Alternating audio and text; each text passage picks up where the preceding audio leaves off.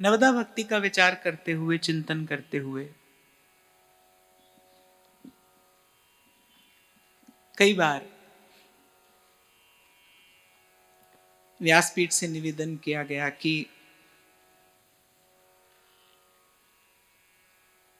आरंभ कराते हैं भगवान नवदा भक्ति का प्रथम भक्ति संतन करी संगा कहकर।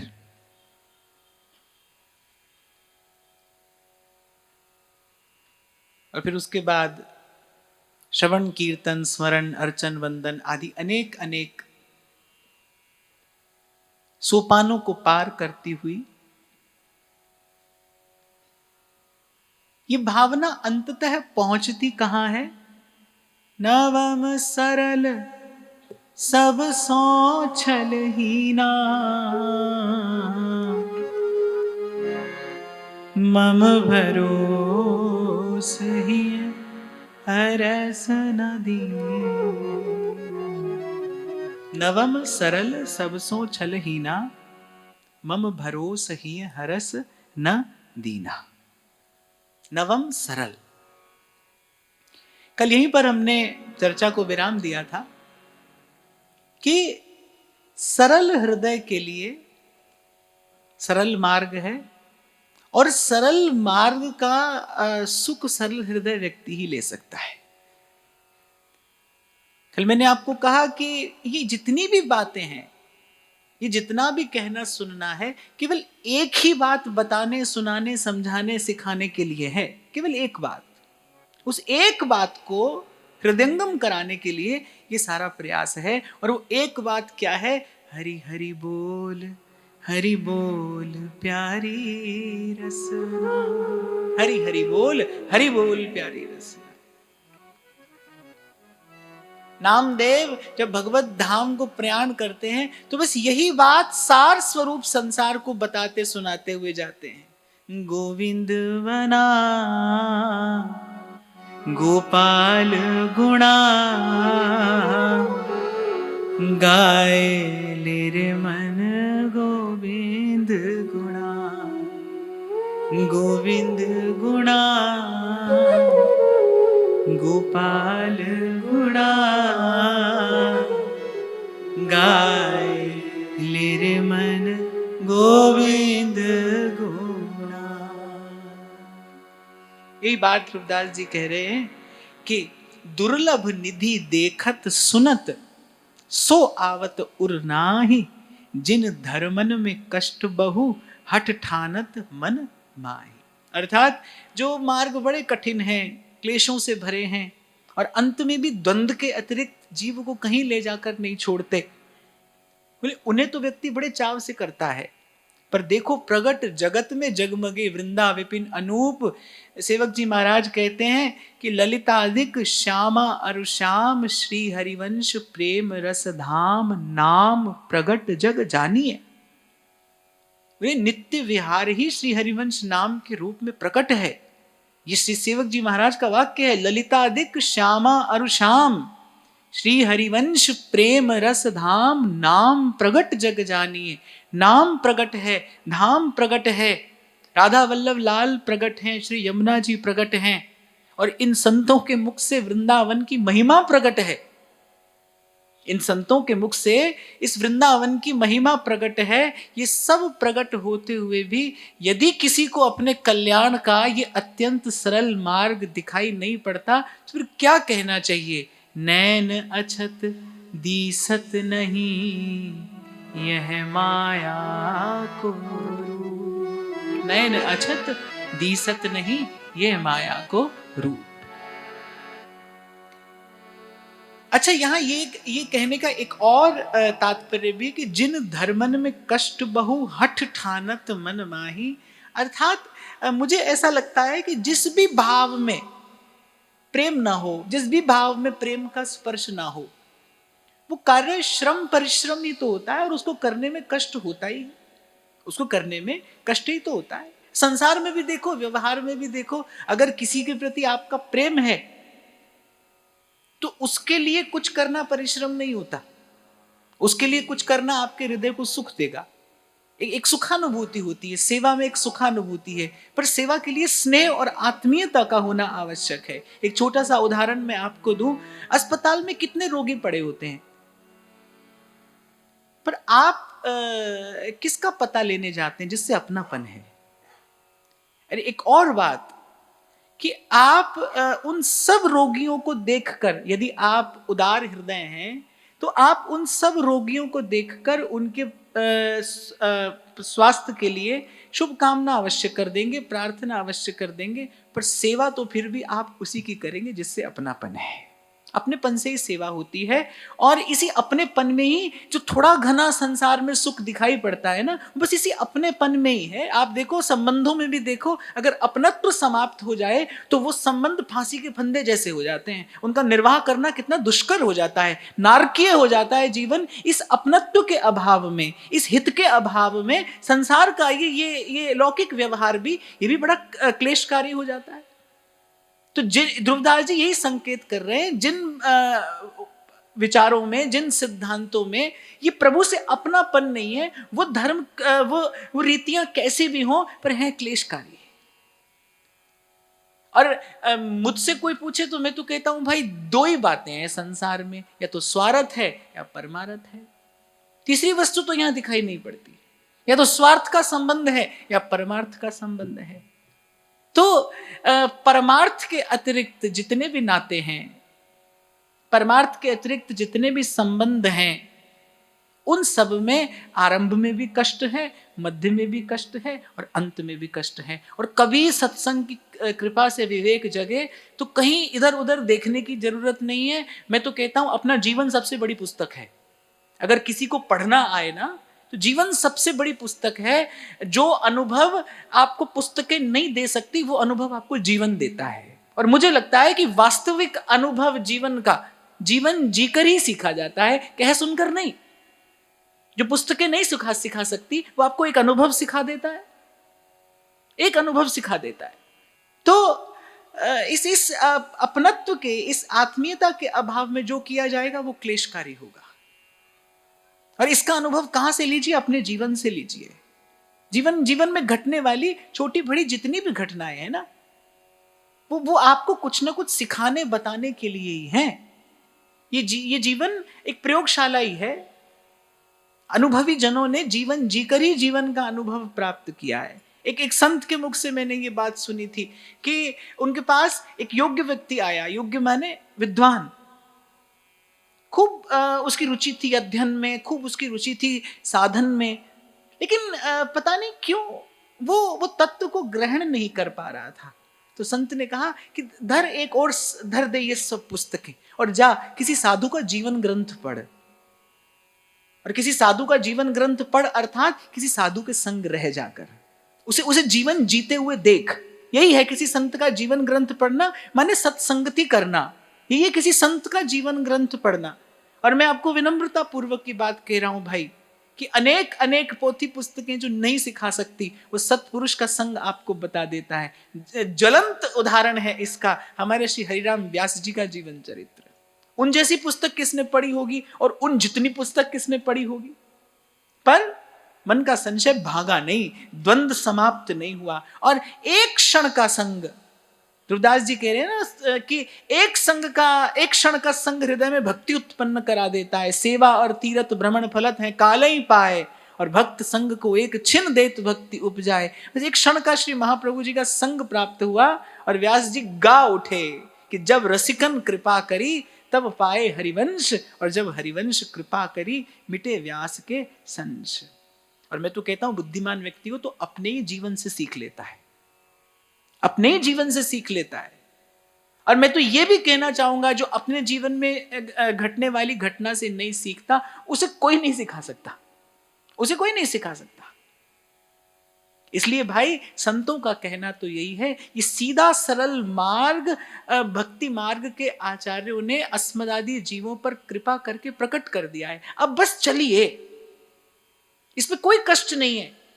नाम और धाम का आश्रय लेने में कोई कष्ट नहीं है। अब आपको केवल चलना है। पर एक बात कहीं मैंने पढ़ी थी, बहुत अच्छी लगी। उसने कहा कि भाई रास्ता तो बड़ा सीधा है, रास्ता तो बड़ा सीधा है, मोड़ तो सारे मन में है, मोड़ तो सारे मन के हैं, मार्ग तो बड़ा सीधा है।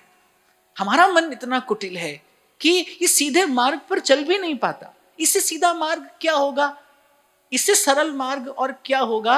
भक्तमाल केरी और जुगनते कमल नयन कलिजुग बहुत कृपा करी। इससे सीधा मार्ग क्या होगा, गोपी करिए श्रवण मंगलम।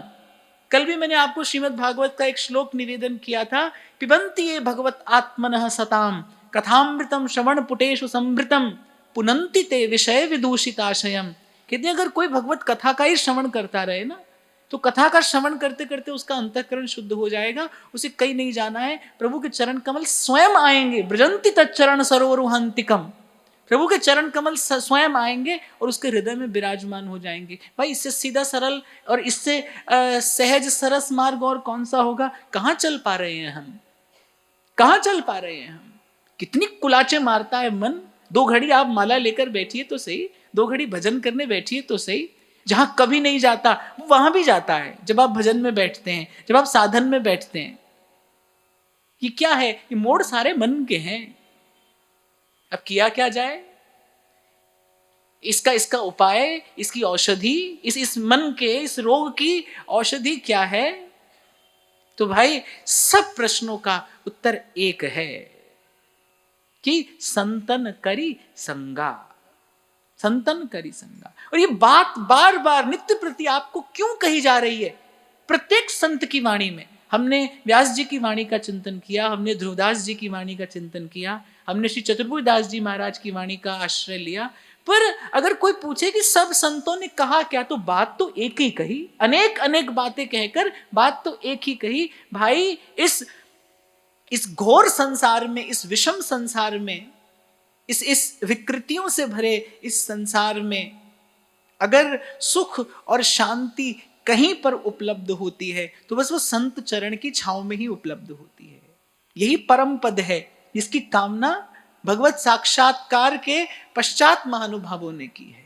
पद सरोज अनपायनी भक्ति सदा सत्संग, सदा सत्संग। अरे भरत जी महाराज तो कहते हैं, धर्म न अर्थ न काम रुचि, गति न चहूं निर्वाण, जन्म जन्म रति राम पद, यह वरदान न आ। जन्म जन्म रति राम पद। कौन कहेगा ऐसा, कौन कह सकता है ऐसा। जो संसार के सुख दुख से पार हो गया है, जो निर्भय हो गया है, वही कहेगा। अन्यथा तो भाई संसार के दुख से बड़ा भय लगता है, और मैं कहूंगा लगना चाहिए। इस द्वंद्व से डरना चाहिए भाई। महाप्रभु कह रहे हैं, जिन अब भ्रम ही गुण सलिल पर, इसके दुख से भयभीत होना चाहिए। गोस्वामी जी तो एक स्थान पर कह रहे, भय भी न होई न प्रीत। इस संसार के दुख से जब तक आप घबराओगे नहीं, तब तक आप प्रभु की चरण शरण क्यों खोजोगे। होना ही चाहिए, ये संसार ऐसा ही है भाई। यहां सुख की आशा लगाना व्यर्थ है, निरर्थक है। दुखालयम अशाश्वतम। श्री गुरु नानक देव जी महाराज ने पूरे विश्व का भ्रमण किया, और जब विश्व का भ्रमण करके लौटे तो किसी ने पूछा, बोले कोई एक बात कहिए जो आपको पूरे विश्व में एक सी मिली हो, क्योंकि आप कहते एक नूर ते सब जग उपजा, कौन पले कौन बंदे। आप कहते हैं कि एक नूर से इस सारी सृष्टि की रचना हुई है, तो कुछ तो एक सा होगा। तो महाराज हंस पड़े, बोले एक बात एक सी है, प्राणी मात्र सुख चाहता है। एक बात एक सी देखी मैंने, कोई भी देश हो, कोई भी स्थान हो, कैसा भी व्यक्ति हो, एक बात मैंने देखी, प्राणी सुख चाहता है। बोले प्रत्येक प्राणी सुख चाहता है, लेकिन सुखी मैंने किसी को नहीं देखा। नानक दुखिया सब संसार। अगर इसीलिए आपको पूर्व में मैंने निवेदन किया, भाई सुख शांति का दर्शन अगर आपको करना है ना, मैं आपको कई बार कहता हूं कि सुख शांति प्राप्त करना हमारा अधिकार है। परम सुख और परम शांति प्राप्त करने के लिए ही तो ये मनुष्य का जन्म मिला है, ये नरदेह मिला है। वो प्राप्त करना हमारा अधिकार है, पर सुख शांति के स्वरूप को जान लेना ये हमारा कर्तव्य है। पहले भक्त और संत के पास जाकर देखो तो सही, सुख शांति कहते किसे हैं। आपकी और मेरी सुख शांति की परिभाषा भी अपूर्ण नहीं है, त्रुटिपूर्ण है, अधूरी नहीं है। गलत है। आपकी मेरी जो सुख शांति की परिभाषा है वो परिभाषा ही गलत है। आप जब आपका मेरा लक्ष्य ही ठीक नहीं है तो फिर दिशा और गति पर चर्चा करने का लाभ ही क्या है जब हमारा लक्ष्य ही ठीक नहीं है। पहले संत से जाकर पूछिए सच्चा सुख किसे कहते हैं, शांति किसे कहते हैं। मैं एक छोटा सा उदाहरण आपको दिया करता हूं। एक व्यक्ति जिसने कभी हीरा ना देखा हो और कोई उसे हीरे के आभूषण की कल्पना करने को कहे तो वह बेचारा कुछ भी करेगा, लेकिन वो हीरे के आभूषण की कल्पना नहीं कर सकता क्योंकि उसने हीरा कभी देखा ही नहीं। जिसने कभी सुख देखा नहीं, जिसने कभी अपने जीवन में अपने उर अंतर में शांति का दर्शन अनुभव नहीं किया, वो कैसे सुख शांति की कल्पना करेगा। इसलिए पहले संत के पास जाकर, पहले गुरुजनों के चरणों की छांव में बैठकर सुख शांति की अनुभूति करिए। ये जो आपका और मेरा इस प्रकार यहां पर आकर बैठना है, इस सत्संग रूपी कल्पतरु की छांव में सुख शांति की अनुभूति ही तो होती है। सूरज की गर्मी से तपते हुए तन को मिल जाए तरुवर की छाया, ऐसी अनुभूति तो है सत्संग में। इसीलिए नागरीदास जी ये बड़ी प्यारी बात कहते हैं, अब तो कृपा करो सब संत, अब तो कृपा करो सब संत, या तन मन बस भ्रमत भ्रमत ही, या तन मन बस भ्रमत भ्रमत ही। देखो तन भी व्यक्ति को भटकाता है, मन भी व्यक्ति को भटकाता है। या तन मन बस भ्रमत भ्रमत ही, है गए दिवस अनंत, अब तो कृपा करो सब संत, अब तो कृपा करो सब संत। घटत बुद्धि बल देह छिनहि छिन, तृष्णा को नहीं अंत, घटत बुद्धि बल देह छिनहि छिन, तृष्णा को नहीं अंत। नागरिया अब उहाँ बसइए, नागरिया उहाँ बसइए, नागरिया अब उहाँ बसइए, नागरिया उहाँ बसइए। जिहठा नित्य बसंत, अब तो कृपा करो सब संत, अब तो कृपा करो सब संत। जिहठा नित्य बसंत। आज ऋतुराज का आगमन हुआ है। बसंत अर्थात एक विशेष प्रकार की प्रसन्नता होती है वातावरण में। इस समय आप देखो एक विशेष प्रकार की प्रसन्नता है, जड़ता का अंत होता है। जाड़ा माने तो सब जड़ हो जाता है, जड़वत हो जाता है। आप देखो जाड़े में कहीं बैठ जाओ तो वहां से उठने का मन नहीं होता, हिलने की इच्छा नहीं होती। बैठ गए तो बैठ गए, और कंबल रजाई में बैठ गए फिर तो कहना ही क्या, फिर तो कोई नहीं उठना चाहता। तो माने जिससे तन मन में जड़ता आती है, जिस ऋतु में जड़ता का संचार होता है। फिर जब बसंत आता है उसके बाद पुनः जल स्पर्श अच्छा लगने लगता है, फिर वायु का स्पर्श अच्छा लगने लगता है, जीवन का स्पर्श अच्छा लगने लगता है। एक विशेष प्रकार की गतिशीलता आती है बसंत ऋतु के आते ही। न बहुत अधिक ग्रीष्म होती है, न बहुत अधिक शीत होती है, न ताप है और न जड़ता है। एक प्रसन्न वातावरण होता है। इसीलिए इस बात का संकेत करते हैं, उड़ा बसइए जिहिठा नित्य बसंत। और मुझे ऐसा लगता है भाई कि संत के पास सदा बसंत रहता है। वो सुख में आपको फूलने नहीं देता और दुख में आपको घबराने नहीं देता। सुख माने शीतलता, दुख माने ताप। वो सुख में आपको फूलने नहीं देता और दुख में आपको घबराने नहीं देता। संत के पास सदा बसंत है। तो जब कहा ना कि उहाँ बसइये जिहि ठा नित्य बसंत, अभिधा अर्थ तो यही है, सदा बसंत रहत वृंदावन। लेकिन वृंदावन में भी क्या है? वृंदावन में क्या विशेष वस्तु प्राप्त होती है जो आपको अन्यत्र प्राप्त नहीं होती? वृंदावन में आपको सत्संग प्राप्त है, रसिकों जनों का संग, जो अन्यत्र प्राप्त नहीं है। अगर कोई कहे ना वृंदावन धाम की इतनी महिमा क्यों गाते हो, धाम तो नित्य है, जैसे भगवान का नाम नित्य है वैसे भगवान का धाम नित्य है, तो पर इस वृंदावन की इतनी महिमा क्यों गाते हो कि खंड खंड हो जाए तन, अंग अंग सत टूक, पर वृंदावन मत छाड़िए, छाड़बो है बड़ी चूक। क्योंकि भजन भाव को पुष्ट बनाए रखने वाले रसिक जनों का संग यहां पर उपलब्ध है, उन रसिकों का संग यहां पर मिलता है। ये बात भी सत्य है भाई कि धाम भी नित्य है।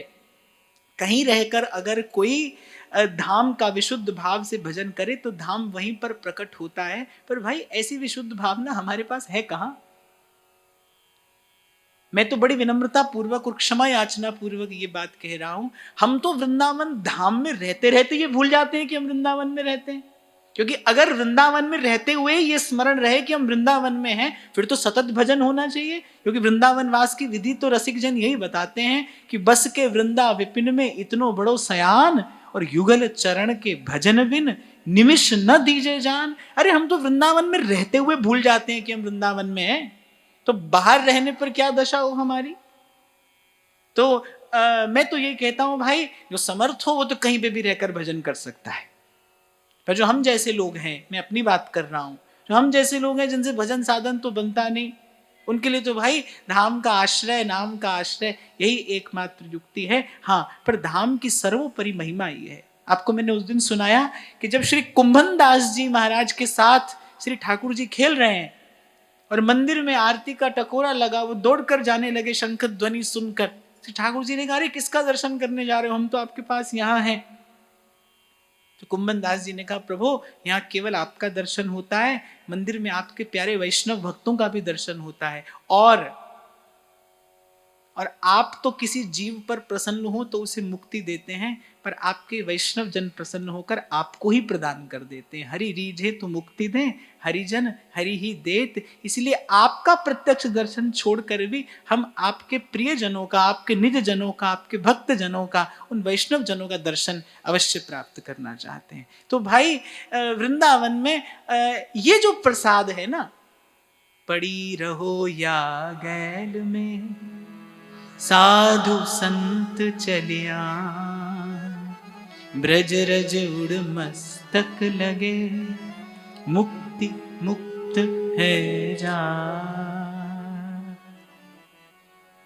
धाम की ये महिमा तो है, और यही बात धुरदास जी कहते हैं कि भाई यहाँ पर जो वस्तु बड़ी सरलता से आपको उपलब्ध हो रही है, आपको खोजने भी नहीं जाना है, ढूंढने नहीं जाना है, कोई प्रयास कोई पुरुषार्थ यहाँ पर करना ही नहीं, बस केवल यहाँ पर आकर पड़ जाना है। बोले व्यक्ति वो नहीं करता है, और कहते जिन धर्मन में कष्ट बहु हट ठानत मन माही, क्या है? यही भगवान की माया है। क्यों कहते हैं श्री वल्लभाचार्य महाप्रभु की जीवा स्वभाव तो दुष्टा, अर्थात मन से हम बहुत कुटिल हैं भाई, इस बात को मानिए। सूरदास जी कह रहे हैं, मौसम कौन कुटिल खल कामी, मेरे जैसा कुटिल कौन है, मेरे जैसा खल कौन है। श्री स्वामी जी महाराज कह रहे हैं, मोसो ना बिगाड़बे को तोसो ना संवारबे को, मेरे जैसा बिगाड़ने वाला और कौन है। हम कुटिल है भाई, जीवा स्वभाव तो दुष्टा, हम स्वभाव से दुष्ट हैं। भरा है स्वार्थ हमारी एक एक वृत्ति में, हमारे व्यवहार में भरा है हमारे भीतर स्वार्थ। मानना चाहिए इस बात को, और मैं तो कहता हूं डंके की चोट पर कहना चाहिए संसार में ये बात कि हाँ भाई हम स्वार्थ से भरे हैं। संतों ने तो यही कहा, उन्होंने अपना दुर्गुण दोष छिपाया नहीं। पूर्व भी मैंने आपको यहीं से निवेदन किया था कि दोष छिपाने से ही बढ़ता है। क्या कारण है कि संत गा गा कर प्रभु से कह रहे हैं, मौसम कौन कुटिल खल कामी। सूरदास जी तो ललकारते हुए कहते हैं ठाकुर जी को, अरे बहुत पापियों का आपने उद्धार किया है, पतित पावन आप कहलाते। बोले मेरे जैसे पापी से आपका सामना नहीं हुआ, हमारे जैसा पापी आपने देखा नहीं होगा। और हृदय कंपित हो जाता है श्री महाप्रभु जी की बात पढ़कर, जब महाप्रभु करे क्वाहम तुच्छः परम मधमः प्राण्य हो गर्य कर्मा। कौन सा ऐसा नीच और निंदित कर्म है जो मेरे हाथों से नहीं हुआ प्रभु। कौन सा ऐसा काम है जो मैंने नहीं किया, किया और कर रहा हूं, और यदि आपने मेरी ओर न देखा, बहुत जन्म हम जन्म बिगारे, अब हूं बिगड़ परे। अरे बहुत जन्म हमने बिगाड़ दिए, ये और बिगड़ेगा। मैं तो आपको उस दिन भी कह रहा था, भाई संसार का सबसे बड़ा दुख क्या है कि हमें संसार के दुख से कोई दुख नहीं है, ये सबसे बड़ा दुख है, ये दुख में दुख है, कोई दुख नहीं है संसार के दुख से। संसार की गलियों में डोलते भटकते, संसार से धक्का खाते, पीड़ा पाते, कभी प्रभु की कृपा की बयार में बहते बहते आ भी जाएं प्रभु के सामने, तो वही संसार चाहते हैं, वही संसार मांगते हैं, उसी संसार का भजन सेवन सुमिरन चिंतन सब करते हैं। तो कहिए, बार बार कहिए, बार बार कहिए। हमारे श्री डोंगरे जी महाराज तो कहते थे, रोइए श्री ठाकुर जी के सन्मुख जाकर कि प्रभु मैं सब सुन रहा हूं, सब देख रहा हूं, पर फिर भी मेरा मन भजन परायण नहीं होता। आप कृपा करिए, आप निहारिए। ध्रुवदास जी कह रहे ना कि पिय रंग भरी कटाक्ष, नेक चित वो मोह माही, ऐसे किशोरी जो नाही बने, कैसे सुधि को विसार रही हो, मौसम दीन अनेकन तारे, वाश्रम ते अब हार रही हो, कीरति नंदिनी की जय कृपा, कर जोर कहूँ निज पास बसाओ, शीस धरूं धरणी बिच स्वामिनी, हे ललिते ललिते समझाओ, हे ललिते ललिते समझाओ। हमने सदा पाप को छिपाने का प्रयास किया, पुण्य को प्रकट किया। पुण्य प्रकट करने से घटता है, प्रकट करने से कोई भी वस्तु घटती है। प्रेम भी प्रकट करो तो घट जाता है, वो घट जाएगा। उसका गोपन ही उसके वर्धन का हेतु है। यही विधि है। अगर आपको बढ़ाना है तो जो छिपा कर रखिए, ऐसी पाप भी जितना छिपाओगे उतना बढ़ेगा। और शास्त्र तो आज्ञा देता है, बोले गुरुजनों से तो कदापि नहीं छिपाना चाहिए, अपने गुरुजनों से कभी ना छिपाइए।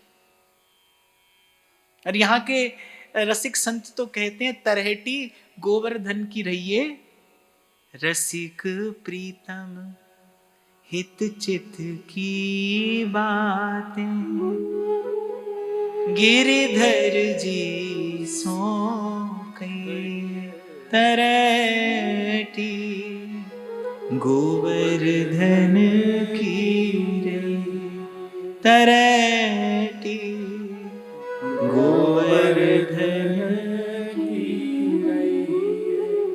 देखो, जो व्यक्ति सत्य कहता है, यदि वो सदा सत्य कहता है, तभी वो सत्यवादी मानना चाहिए। आप देखो 42 लीला जैसा ये अद्भुत रत्न, जिसकी आभा प्रभा में जाने कितने जीव श्री जी के चरणों के निकट पहुंच गए। ऐसी धारा ध्रुवदास जी ने बहाई।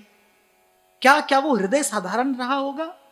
अरे उसके लिए कोई शब्द नहीं है, दिव्य शब्द भी उसके लिए छोटा है, उसके लिए कोई शब्द नहीं है। पर वो ध्रुवदास जी कहते कहते कह जाते, मोते नीच न और को। कैसी भक्ति सूरदास जी की रही होगी, और उन सूरदास जी ने क्या क्या नहीं कहा अपने लिए। हो सब पतितन को राजा।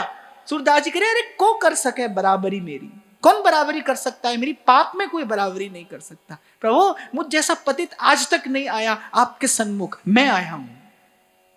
कैसा हृदय, और मैं कहता हूं कैसा निर्मल हृदय, कैसा भोला हृदय, कैसा सरल हृदय इन संतों का रहा होगा।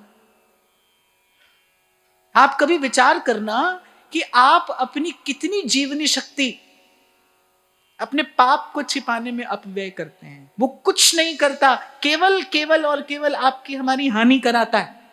किसी रोग को छिपाओगे तो प्राणघातक ही तो हो जाएगा, तो प्राणघातक ही तो हो जाएगा।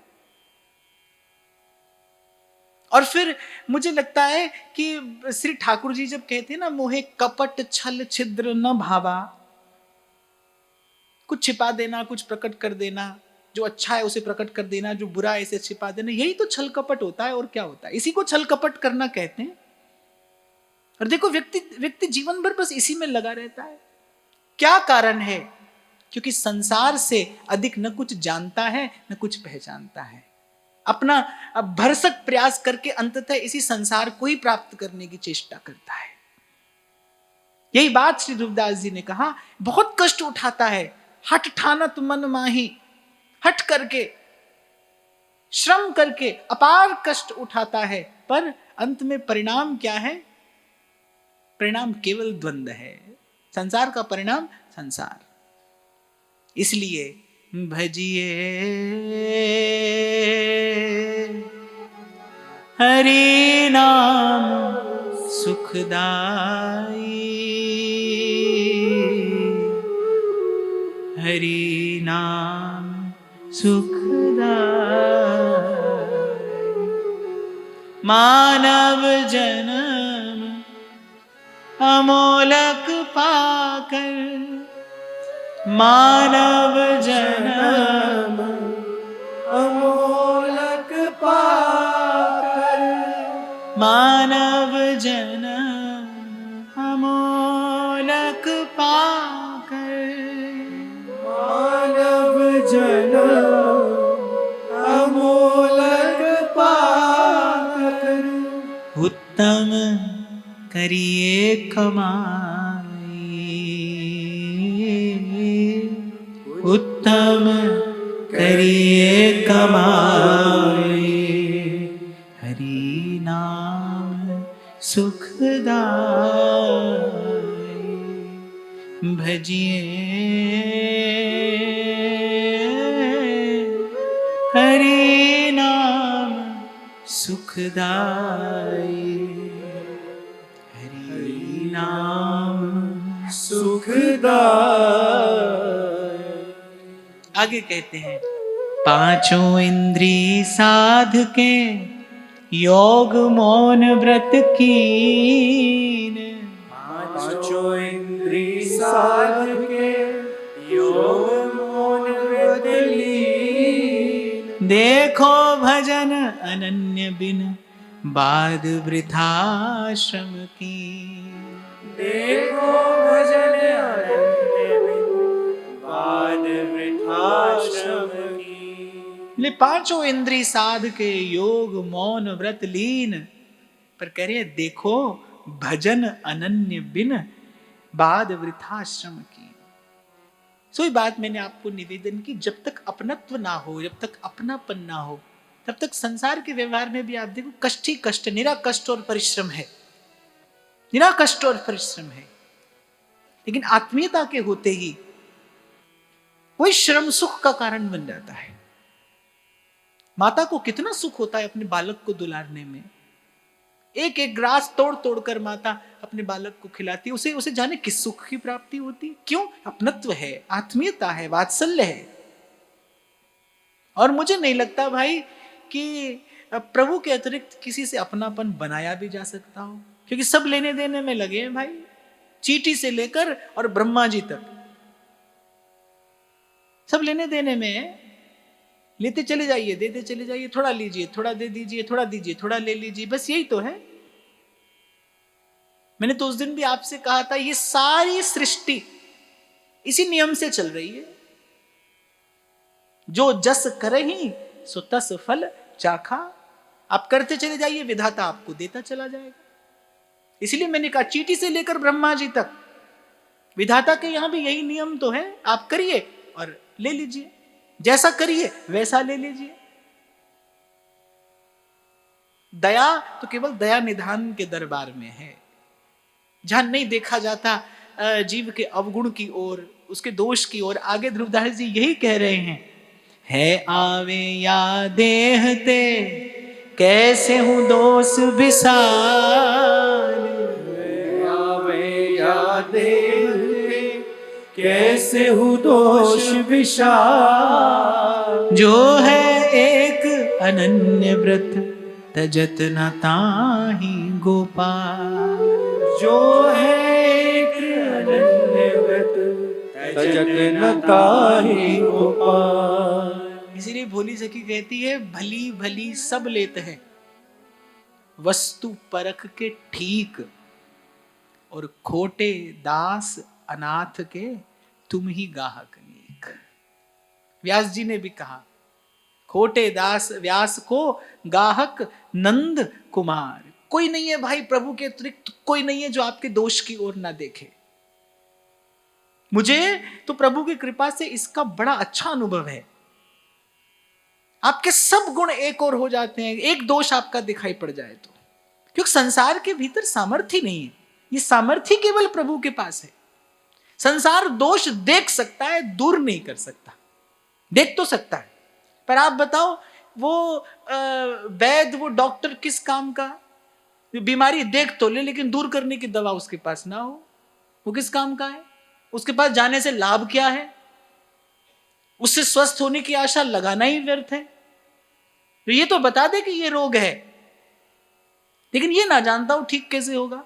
तो संसार दोष तो बता देता है, दोष तो बताता है, लेकिन ये नहीं जानता कि दोष दूर कैसे किया जाए।